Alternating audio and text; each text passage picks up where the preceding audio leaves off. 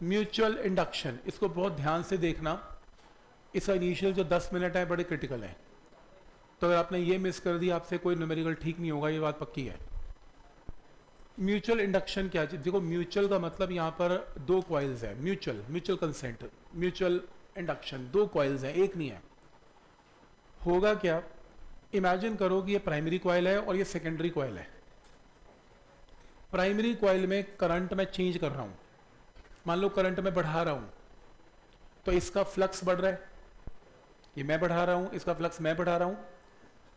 अब चांस की बात है इसकी पड़ोस में एक कॉइल आराम कर रही है, इसमें कोई करंट नहीं है, कुछ नहीं है, बस ऐसी लेटी हुई है, लेकिन बिल्कुल इसके कांटेक्ट में है। अब जब इसका भी बढ़ा तो साथ में इसके साथ इसके अंदर भी लाइंस क्रॉस कर गई, मैग्नेटिक लाइंस ऑफ फोर्स, तो इसका भी बढ़ गया, इसका फ्लक्स भी बढ़ गया। तुमने तो इसका फ्लक्स बढ़ाया था, पर पड़ोस में पड़ी कॉइल का फ्लक्स बढ़ गया। अभी कहती है अच्छा मेरा फ्लक्स बढ़ गया, मैं नहीं होने दूंगी, तो मैं अपने अंदर क्या पैदा करूंगी, इंड्यूस करंट पैदा कर दो। इसके अंदर पड़ी पड़ी करंट पैदा हो गया। अब एक्सपेरिमेंट तो हो रहा था प्राइमरी पे, लेकिन करंट किस में पैदा हो गया, सेकेंडरी में। इसे बोलते हैं म्यूचुअल इंडक्शन, कि आप फ्लक्स तो इसका चेंज कर रहे थे लेकिन इसका साथ ही चेंज हो गया, जिस वजह से इसमें इंड्यूस्ड ईएमएफ पैदा हो गई, जबकि आपने इसमें कोई करंट नहीं भेजा था, ये ऐसी पड़ी हुई थी। तो ये देखो, mutual induction is a phenomena of production of induced current in one coil. तो किस में पैदा हुआ, इसमें इंड्यूस्ड ईएमएफ पैदा हुई या इंड्यूस्ड करंट पैदा हुआ due to change of current in the neighbouring coil.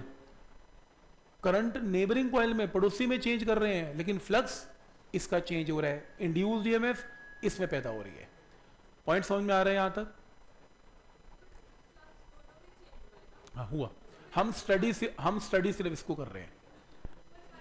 हाँ है ऐसे अच्छा ओके, इसको और डिटेल में समझाता हूं, और डिटेल में। जब इसका फ्लक्स चेंज हुआ तो इसमें सेल्फ इंडक्शन भी हुई होगी, निगलेक्टेड, मैं उसको स्टडी नहीं कर रहा क्योंकि मैं पिछले टॉपिक स्टडी कर चुका। फिर इसका फ्लक्स भी चेंज हो गया, तो इसके अंदर भी सेल्फ इंडक्शन हुई होगी, निगलेक्टेड, नहीं लेना, हो रही होगी, नहीं लेना। लेकिन इसमें कितना इंड्यूस्ड ईएमएफ है वो कैलकुलेट करना है, तो वो म्यूचुअल इंडक्शन की कैटेगरी में आता है। ऐसे सब निगलेक्ट करके पढ़ रहे हैं।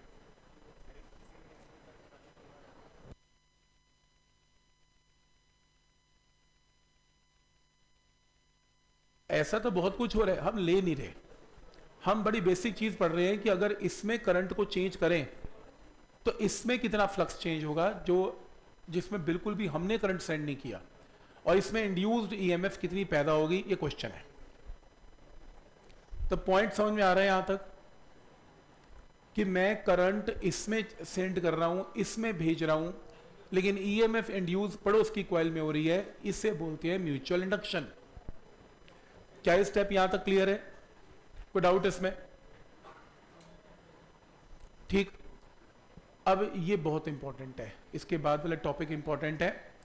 तो इसके अंदर पहली चीज मैं ये चेक करना चाहता हूं कि इसका फ्लक्स कितना चेंज हुआ, जो कि मैंने इसमें करंट सेंड नहीं किया था, पर मैं देखना चाहता हूं इसमें कितना करंट, कितना फ्लक्स चेंज हुआ। तो जो इसका फ्लक्स है वो डिपेंड करेगा कि पहली कॉइल में मैंने कितना करंट सेंड किया था, क्योंकि जितना ज्यादा करंट मैं यहां चेंज करूंगा उतने फ्लक्स पड़ोस की कॉइल का चेंज होगा। इसका तो होगा ही होगा, हम स्टडी नहीं कर रहे, पड़ोस की कॉइल का भी उतना ही चेंज होगा। तो इसका फ्लक्स किस पे डिपेंडेंट है, फर्स्ट कॉइल में तुमने कितना करंट सेंड किया। तो हम फ्लक्स किसका निकाल रहे हैं, सेकेंडरी कॉइल का, और करंट किस में भेज रहे हैं, प्राइमरी कॉइल में। तो देखो ये लिखा हुआ है कि जो फ्लक्स है सेकेंडरी कॉइल का है, किस पे डिपेंड करता है, करंट इन प्राइमरी कॉइल। तो ये फ्लक्स किसका यूज, किसका निकल रहा है, जिसमें मैंने करंट सेंड नहीं किया था। तो फ्लक्स उस कॉइल का जिसमें कोई करंट नहीं था, ये याद रखना। फ्लक्स उसका नहीं जिसमें करंट था, फ्लक्स उसका पड़ोस की कॉइल जिसमें कुछ नहीं था, लेकिन करंट फर्स्ट कॉइल का। और डिपेंड करता है इनके कांस्टेंट पे, उस कांस्टेंट का नाम है M, coefficient of mutual induction. ये कैपिटल एम दोनों के जो कॉइल्स हैं उनके नंबर ऑफ टर्न्स पे डिपेंड करती है, उनके डायमेंशन पे डिपेंड करती है, उनके एरिया पे, उनकी लेंथ पे डिपेंड करती है। तो कौन कौन से फैक्टर पे कैपिटल एम डिपेंड करता है, वो अगला टॉपिक यही है। तो यहाँ पर एक कांस्टेंट लगेगा m जो कॉइल डिपेंडेंट है। तो ये फ्लक्स किसका निकला, सेकेंडरी कॉइल का, जिसमें हमने करंट सेंड नहीं किया था। और हम इंड्यूस्ड ईएमएफ निकालना चाहते हैं किसकी, जिसमें हमने करंट सेंड नहीं किया था। तो फ्लक्स भी उसका, इंड्यूस्ड ईएमएफ भी उसकी।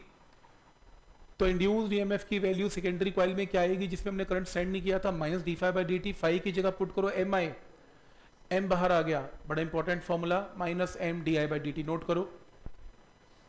और एम के यूनिट्स भी क्या होते हैं, हेनरी। अब अगला टॉपिक यही है कि ये एम है क्या चीज, इसको स्टडी करना है।